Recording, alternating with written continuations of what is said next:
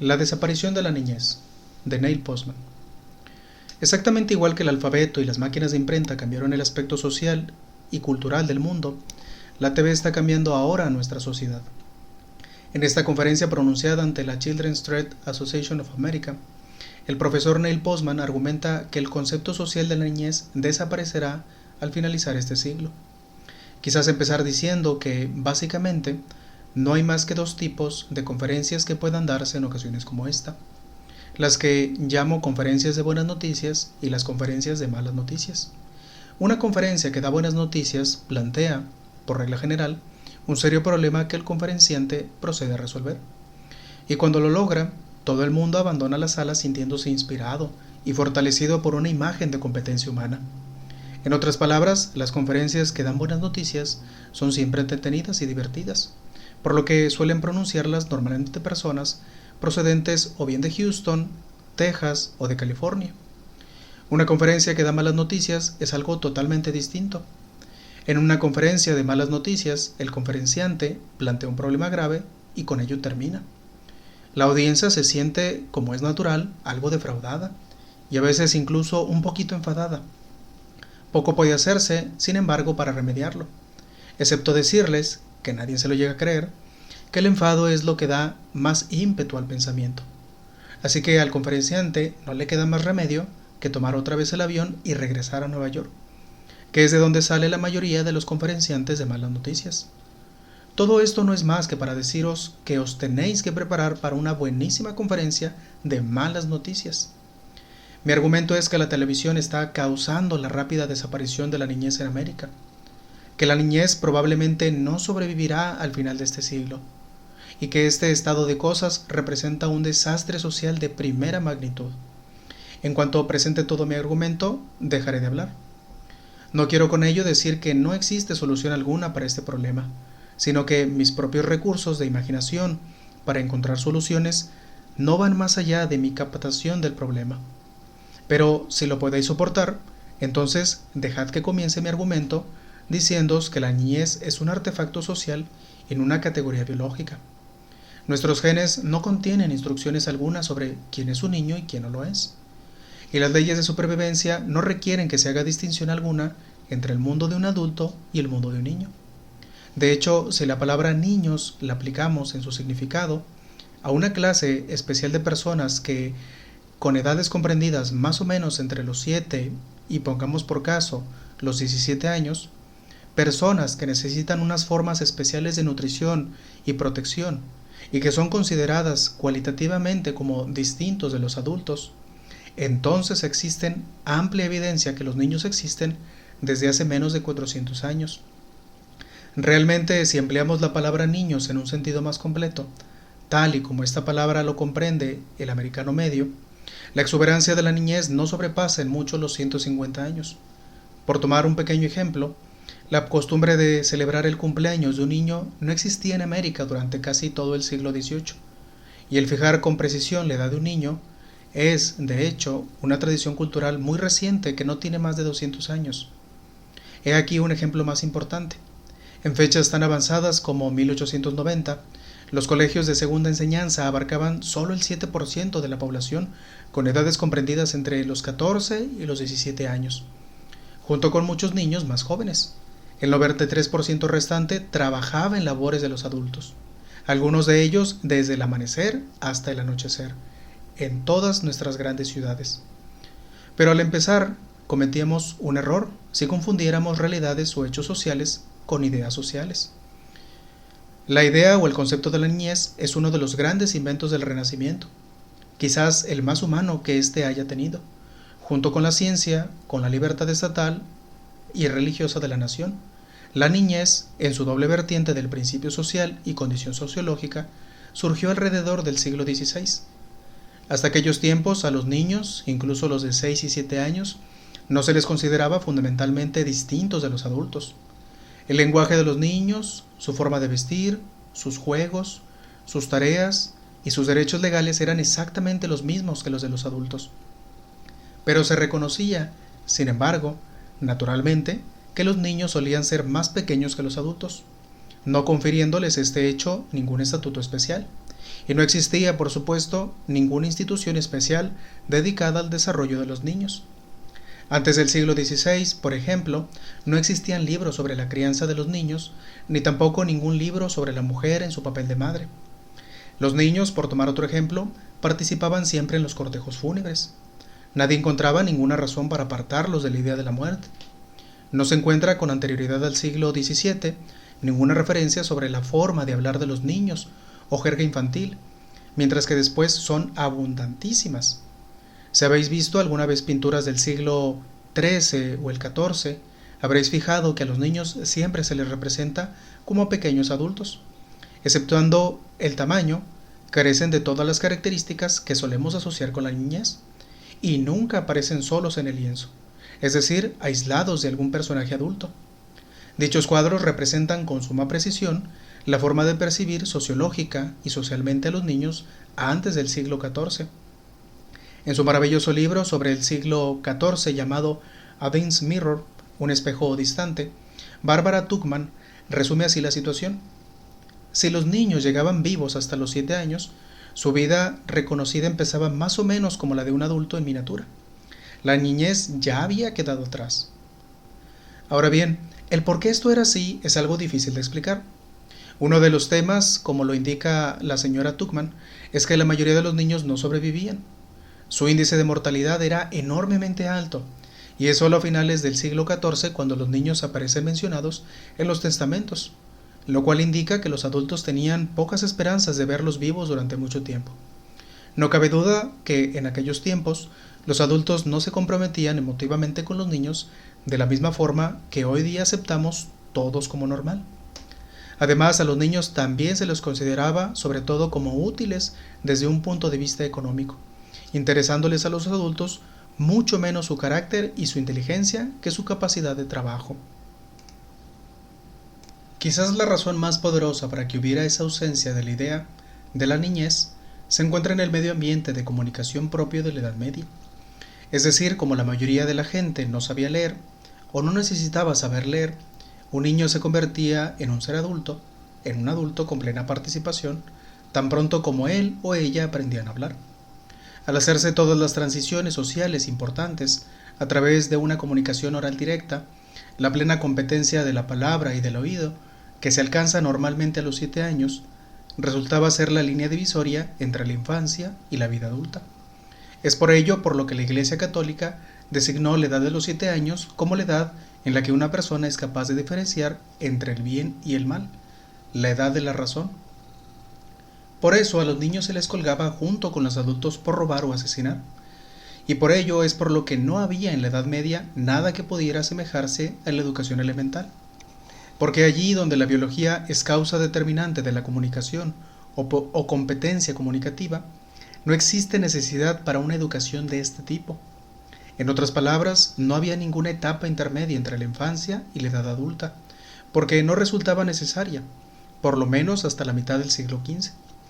En aquellos tiempos hubo un acontecimiento extraordinario que no solo cambia la fe religiosa, económica y política de Europa, sino que también creó nuestra idea moderna de la niñez. Me refiero naturalmente al invento de la imprenta, puesto que dentro de algunos minutos algunos de vosotros vais a pensar que estoy dando demasiada importancia al poder de la televisión. Vale la pena que os diga ahora que no había nadie en 1450 que pudiera imaginarse siquiera que la imprenta pudiera tener unos efectos tan poderosos como los que tuvo sobre la sociedad. Cuando Gutenberg anunció que podía fabricar libros, como lo explicaba, sin la ayuda de ninguna pluma, ni nada que se le pareciera, sino por medio de una maravillosa ordenación, proporción y armonía de punzones y caracteres, no se imaginó nunca que su invento acabaría socavando la autoridad de la Iglesia Católica. Y sin embargo, menos de 80 años más tarde, teníamos efectivamente a Martín Lutero, que pretendía que, estando la palabra de Dios en todas las mesas de cocina, los cristianos no necesitaban a un papado para interpretársela. Tampoco tenía Gutenberg la más mínima idea que su invento crearía una nueva categoría de personas, que son los niños. Para que nos hagamos una idea de lo que significó la lectura en los 2 siglos que siguieron al invento de Gutenberg, quiero que consideréis el caso de 2 hombres, uno llamado Guillermo y el otro llamado Pablo. En 1605 intentaron robar en la casa del Earl de Sussex. Fueron atrapados y condenados. He aquí las palabras exactas de sus condenas, tal y como fueron presentadas por el magistro que precedía las causas. El condenado Guillermo no lee, que se le cuelgue. El condenado Pablo lee, que se le mutile. Ahora bien, el castigo de Pablo no es que resultara piadoso. Significaba que tendría que someterse a la mutilación de sus dedos pulgares. Pero contrariamente a Guillermo podía seguir vivo, porque estaba amparado por algo llamado el beneficio del clero, lo cual quería decir que podía enfrentarse y cumplir el reto de leer por lo menos una frase de una versión inglesa de la Biblia. El saber leer, según las leyes inglesas del siglo XVII, era razón suficiente para expulsarlo de las galeras. Sospecho que estaréis de acuerdo conmigo cuando digo que todas las sugerencias que jamás he oído por motivo de los jóvenes para que aprendan a leer, no hay ninguna que pueda compararse a este método de Inglaterra del siglo XVII. De hecho, los 203 hombres condenados por crímenes a ser colgados en 1644 en Norwich, más o menos la mitad de ellos buscaron amparo en el beneficio del clero, lo que por lo menos sugería que los ingleses eran capaces de producir la población de delincuentes más letrados en los anales de la historia. Pero una población de delincuentes cultos no es, obviamente, lo único que se producía. Como ya lo he implicado, la niñez era fruto del saber leer y escribir, y esto ocurrió en menos de 100 años, después del descubrimiento de la imprenta, ya que la cultura europea se convirtió en una cultura que se leía. En otras palabras, la edad adulta recibió una nueva definición. No podía uno convertirse en persona adulta sin saber leer. Para poder hacer la experiencia de Dios, tenía uno que ser capaz, claro está, de leer la Biblia. Para hacer la experiencia de la literatura, tenía uno que ser capaz de leer novelas y ensayos personales. Unas formas literarias, dicho sea de paso, que fueron enteramente creadas por las máquinas de imprenta. Naturalmente, para poder llegar a estudiar lo científico, no solo tenía uno que saber leer, sino ya que a principios del siglo XVII podía uno leer sobre ciencia en lengua vernácula, es decir, en el idioma propio de cada uno. Los avances de la erudición, publicado en 1605, fue el primer tratado científico que un inglés podía leer en lengua inglesa. Junto a todo lo que acabo de mencionar, los europeos volvieron a descubrir lo que ya sabía Platón sobre el aprender a leer, es decir, que es algo que se logra mejor a una edad temprana, siendo la lectura, entre otras cosas, un reflejo inconsciente, así como un acto de reconocimiento. La costumbre de leer tiene que formarse durante el preciso periodo en el que el cerebro está aún comprometido con la tarea de adquirir el lenguaje oral. El adulto que aprende a leer después de haber completado su vocabulario oral no se convierte nunca en un gran lector, o muy rara vez. Lo que esto pasó a significar en el siglo XVI es que los jóvenes había que separarlos del resto de la comunidad para enseñarles a leer, es decir, para enseñarles a actuar como seres adultos. Antes del invento de la imprenta, los niños se convertían en adultos al aprender a hablar, para lo cual todas las personas están biológicamente programadas. Después de la imprenta, los niños tenían que ganarse la edad adulta, aprendiendo a leer y a escribir, para lo cual las personas no están biológicamente programadas. Eso significa que había que crear escuelas. En la Edad Media no existía la escuela primaria ni nada que se le pareciera. Por ejemplo, en Inglaterra había en 1570 34 colegios en todo el país. En 1640 ya había 450. Al establecerse las escuelas, fue inevitable que a los jóvenes se les considerara como una clase especial de personas cuyas mentes y carácter diferente del de los adultos. En dos palabras, empezamos a ver el desarrollo humano como una serie de etapas en las que la niñez es un puente entre la infancia y la edad adulta. Durante los últimos 350 años hemos estado desarrollando y refinando nuestro concepto de la niñez. Hemos estado desarrollando y refinando instituciones dedicadas a la crianza de los niños, y hemos otorgado a los niños un estatus preferente reflejado en las formas especiales con que esperamos y pretendemos que piensen, que hablen, que se vistan, que jueguen y que aprendan. Creo, amigos míos, que todo esto está tocando a su fin. Y está tocando a su fin porque nuestro entorno medio de comunicación ha vuelto a cambiar de nuevo de forma radical. Y esta vez a través de la electrónica y especialmente la televisión. La televisión tiene un poder de transformación por lo menos igual de grande que el de las máquinas de imprenta y posiblemente igual de grande que el del mismísimo alfabeto. Y mi punto de debate es que con la ayuda de otros medios, tal vez como la radio, el cine, los discos, la televisión, tiene poder suficiente para acabar con la niñez. He aquí cómo se está llevando a cabo esta transformación. Para empezar, la televisión es esencialmente no lingüística. La información la presenta sobre todo y esencialmente por medio de imágenes visuales, aún oyéndose la palabra humana en TV. Y aunque esta palabra cobra a veces importancia, la gente mayormente mira la televisión. Y lo que miran son unas imágenes visuales que cambian con enorme rapidez, a velocidad de unas 1200 proyecciones distintas cada hora. Esto requiere muy poca actividad de la parte izquierda del cerebro, o desciframiento analítico. El ver televisión se reduce casi por entero a reconocer unas formas o modelos, patrones. La forma simbólica de la televisión no requiere ninguna instrucción ni el conocimiento alguno de tipo especial. En América del Norte, los niños miran la televisión a partir de los 18 meses, y de acuerdo con estudios hechos por Daniel Anderson de la Universidad de Massachusetts, cuando llegan a los 36 meses, los niños empiezan a comprender y a reaccionar ante lo que les enseña la pantalla de televisión. Poseen sus personajes favoritos, canturrean melodías que oyen y piden que se les den los productos que se anuncian. Por consiguiente, para mirar la televisión no hace falta ninguna preparación o entretenimiento previo. No hace falta destreza alguna para ponerse ante un televisor. Ello no desarrolla tampoco talento alguno, y por eso no existe nada que pudiera llamarse presención de la televisión como forma de remedio. Por eso es por lo que tampoco ocurre que hoy sepas mirar la televisión mejor que ayer, o hace 5 o hace 10 años. Y también por ello es por lo que no existe nada que pudiera llamarse en realidad programas infantiles en televisión. Todo es para todos. En lo que atañe a la forma simbólica, Los Ángeles de Charlie es igual de sofisticado o igual de sencillo que comprender que La Calle Sésamo, contrariamente a los libros que varían mucho entre su complejidad de síntesis y de léxico, y que pueden escalonarse de acuerdo con la habilidad de cada lector. La TV presenta información de forma indiferente en su accesibilidad. Por eso los adultos y los niños suelen mirar los mismos programas. Y podría añadir, caso de que alguien estuviera pensando que al menos niños y adultos se ponen ante el televisor a distintas horas, que según el libro de Franz Mackins sobre la televisión, libro llamado Control Remoto, hay aproximadamente 1 millón de niños que miran la televisión todos los días del año entre las 12 de la noche y las 2 de la mañana.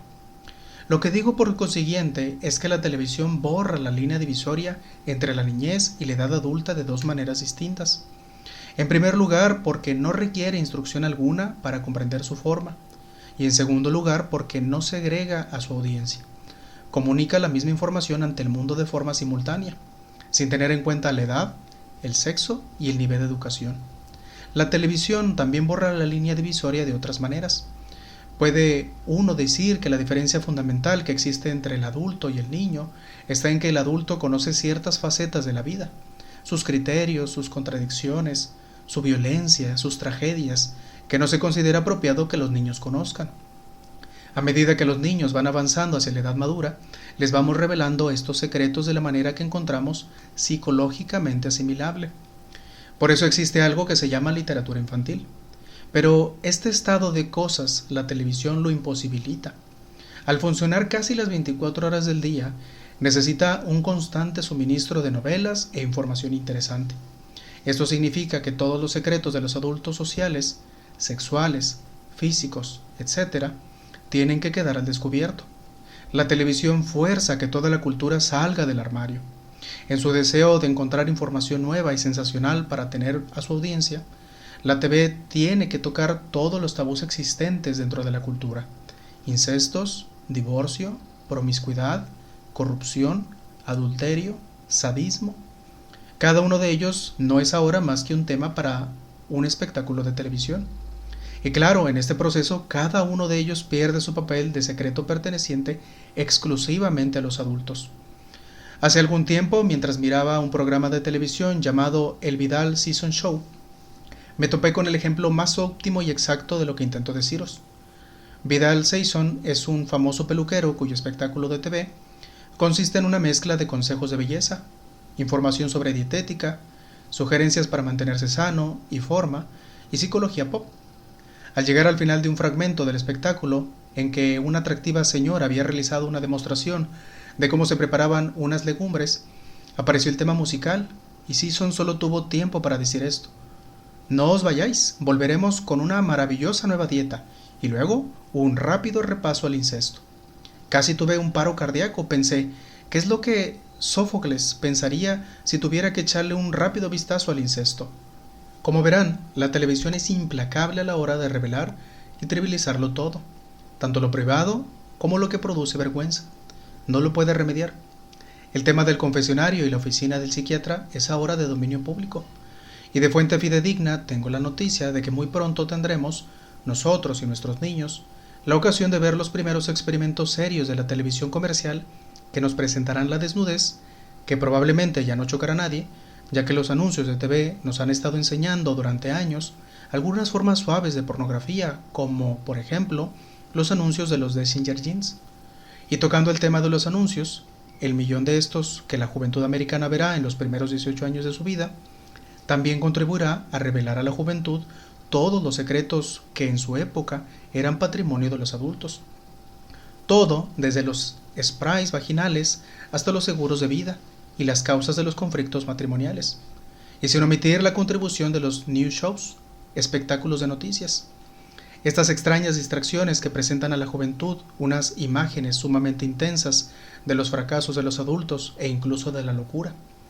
Como consecuencia de todo ello, la niñez es, en cierto sentido, imposible de mantener, siendo por ello que los niños han desaparecido de las pantallas de televisión. Ya habréis notado que todos los niños que salen en los espectáculos televisados lo hacen meramente como pequeños adultos al estilo de los cuadros del siglo XIII y del siglo XIV. Fijaos en The Love Boat o El Barco del Amor, o cualquiera de los soap operas o programas familiares o comedias de situación, y creo que podréis ver a unos niños cuyo lenguaje, cuya vestimenta, cuya sexualidad, cuyos intereses no difieren en nada de los adultos que toman parte en el mismo espectáculo. Y sin embargo, a medida que la TV va empezando a borrar el concepto tradicional de la niñez, no sería del todo exacto decir que nos sumerge en un mundo de adultos. Lo que más bien hace es emplear el material del mundo de los adultos como base para la proyección de un tipo de personas que es completamente nuevo. A esta persona podríamos llamarla el niño adulto, por razones que en parte tienen que ver con las posibilidades que tiene la TV de llegar a todo el mundo, y en parte con la accesibilidad de su forma simbólica. La TV promueve como algo deseable muchas de las actitudes que solemos asociar con la niñez. Por ejemplo, una excesiva necesidad de gratificación inmediata, una falta de preocupación por las consecuencias, una casi promiscua preocupación por el consumismo. La TV parece favorecer una población formada por 3 grupos de edades. En un extremo la infancia, en el otro la senilidad, y en medio un grupo de edad indeterminado donde todos tienen más o menos entre los 20 y los 30 años. En este sentido quiero recordaros un anuncio de TV. Creo que lo que intenta vender es loción para las manos. Creo que es para Ibori. Puede que lo hayáis visto. Se nos muestra a una madre y a una hija y se nos reta para que adivinemos cuál es cuál. ¿Habéis visto este anuncio? Lo encuentro una pieza reveladora de una evidencia sociológica, porque viene a indicarnos que en nuestra cultura, en 1982, se considera deseable que una madre no parezca mayor que su hija, o que una hija no parezca más joven que su madre. Ahora bien, que esto pueda significar que la niñez ha desaparecido, o que la edad adulta ha desaparecido, todo ello viene a ser lo mismo, porque si puede llegar a no concebirse lo que quiere decir el ser adulto, ¿puede concebirse lo que significa ser un niño? En cualquier caso, cualquiera que sea la descripción que quiera uno dar a esta transformación que está teniendo lugar, resulta bastante claro que el comportamiento, las actitudes, los deseos e incluso el aspecto físico de los adultos y de los niños cada vez se distingue menos. Ahora ya casi no existe ninguna diferencia entre, por ejemplo, los crímenes realizados por los adultos y los crímenes realizados por los niños. Y en muchos estados los castigos empiezan a ser los mismos. También existe muy poca diferencia entre el vestir. La industria de la vestimenta infantil ha pasado por una verdadera revolución en los últimos 10 años, de forma que ya no existe lo que en su día llamábamos vestimenta infantil. Los niños de 11 años llevan trajes de 3 piezas en las fiestas de cumpleaños, y hombres de 61 años llevan jeans en las fiestas de cumpleaños. Niñas de 12 años llevan tacones, y señoras de 52 años llevan zapato plano. En las calles de Nueva York y de Chicago puede verse señoras mayores con calcetines blancos y una imitación de los Mary Jeans. Por tomar otro ejemplo, los juegos infantiles, que en su día estaban tan cargados de imaginación y eran tan variados y tan enfáticamente inapropiados para los adultos, están desapareciendo a marchas forzadas. El béisbol de la liga pequeña y el pew fútbol, por ejemplo, no solo tienen la supervisión de los adultos, sino que en su organización y estimo emocional siguen el modelo de los deportes de liga grande.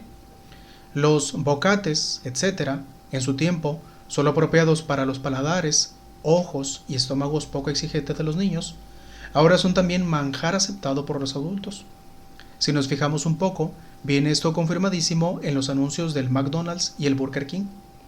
El lenguaje de los niños y de los adultos también ha sufrido una transformación. Y, por ejemplo, la idea de que puedan existir palabras que los adultos no tendrían que decir en presencia de los niños es algo que se nos aparece como casi ridículo. Con una televisión que sistemáticamente revela todos los secretos de los adultos, resultan difíciles de ocultar los secretos del lenguaje. Y no es para mí nada inconcebible que en un futuro no muy lejano volvamos a una situación de los siglos XIII y XIV, en los que existían palabras que un oído juvenil no pudiera escuchar. Con la ayuda de los anticonceptivos modernos, tanto el apetito sexual de los adultos como el de los niños puede quedar satisfecho sin serias limitaciones ni cortapisas y sin una comprensión madura de su profundo significado. La TV no solo mantiene a toda la población en una situación de fuerte excitación sexual, sino que también estimula y subraya una especie de igualdad en la realización sexual. El sexo a través de la televisión se transforma de ser un oscuro y profundo misterio propio de los adultos a un ser un producto al alcance de todos, algo así como un dentrífico o un desodorante. Lo que todo esto viene a significar es, creo, que nuestra cultura cada vez proporciona menos razones y oportunidades para la niñez. La TV crea un contexto de comunicación que estimula la idea de que la niñez ni es deseable ni es necesaria, que a los niños, en efecto, no los necesitamos. Y cuando he mencionado el hecho de que la niñez se acaba, no quise decir la desaparición física de los niños, pero de hecho esto también está ocurriendo. Nuestro índice de natalidad está bajando y lo ha estado haciendo durante la última década, por lo que se están cerrando colegios por todo el país. Esto me conduce a la última de las características que posee la TV, y que no hay nada que dejar de mencionar. La idea de los niños implica una visión del futuro. Los niños son los mensajes vivos que enviamos hacia unos tiempos que ya no veremos. Pero la televisión no puede comunicar un sentido del futuro, ni tampoco un sentido del pasado. Es un medio centrado en el presente, un medio de la velocidad de la luz. Todo lo que vemos en TV se experimenta como algo que ocurre ahora, siendo esta la razón por la que hay que decirnos de palabra que el video que estamos viendo se realizó hace muchos meses. La gramática de la televisión no tiene en el idioma analogía alguna con los tiempos pasados y futuro. Por ello, amplifica el presente de forma totalmente desproporcionada y transforma la necesidad que tienen los niños de una gratificación inmediata en una forma de vida. Y acabamos con lo que Christopher Lanz llama la cultura del narcisismo, sin futuro, sin niños, con todo el mundo estancado en una edad que oscila entre los 20 y los 30 años. Tengo un poco el presentimiento de lo que todo esto supondría para algunos de vosotros, pero creo que mi posición está muy clara. Como lo he dicho al principio, creo que lo que acabo de describir es desastroso, en parte porque valoro el encanto, la curiosidad, la amabilidad y la inocencia de la niñez, y en parte porque creo en la necesidad de que los adultos sean niños antes de llegar a ser mayores, porque de no ser así, permanecen como el niño adulto de la TV, durante toda la vida, sin sentido de pertenencia, ni capacidad para unas relaciones que sean perdurables, ni respeto por ningún tipo de límites, ni captación del futuro. Pero sobre todo, creo que es desastroso porque como la cultura borra la distinción entre el niño y el adulto, como borra los secretos sociales, como socava los conceptos del futuro y los valores del autodominio y de la disciplina, parece que estamos condenados a retroceder hacia una sensibilidad medieval de la que nos han liberado las letras y la erudición. Tengo que concluir esta conferencia de buenas, malas noticias, ya que habéis escuchado con tanta atención. Y a pesar de todo lo que os he dicho al principio, no voy a terminar en este tono tan desesperado. Además, habiendo sido de bebé criado con el pecho, soy optimista por naturaleza. Así que os ofrezco para acabar esta perspectiva mucho más alentadora. En el siglo V a.C., Atenas estaba a punto de transformarse de una cultura oral a una cultura escrita. Pero el gran profesor ateniense Sócrates temía y se reía de la palabra escrita. Como sabéis, Sócrates no escribió ningún libro, y si no hubiera sido por Platón y Xenófono, que si lo hicieron, no hubiéramos sabido casi nada sobre él. En una de sus más permeantes conversaciones, llamada el Phaedrus, Sócrates afirma que el lenguaje oral, y solo el lenguaje oral, es la forma más adecuada para la expresión de ideas serias, de poesía hermosa, de piedad auténtica, y proclama además que la escritura traerá como resultado una disminución de la capacidad para la memorización, socavando el proceso dialéctico y socavando el concepto de la intimidad. Pues bien, en todas estas profecías, Sócrates tenía razón, pero lo que no llegó a ver es lo que vio su discípulo Platón, es decir, que la palabra escrita crearía nuevas y maravillosos recursos para el intelecto. Así es que Sócrates tenía razón, pero su visión resultaba limitada, y, sin que intente sugerir una insoportable comparación, permitidme acabar diciendo que, aunque creo que el cuadro que acabo de pintar es correcto, espero sinceramente que mi visión, al igual que la de Sócrates, sea limitada, y que la era de la televisión resulte ser una bendición, pero lo dudo.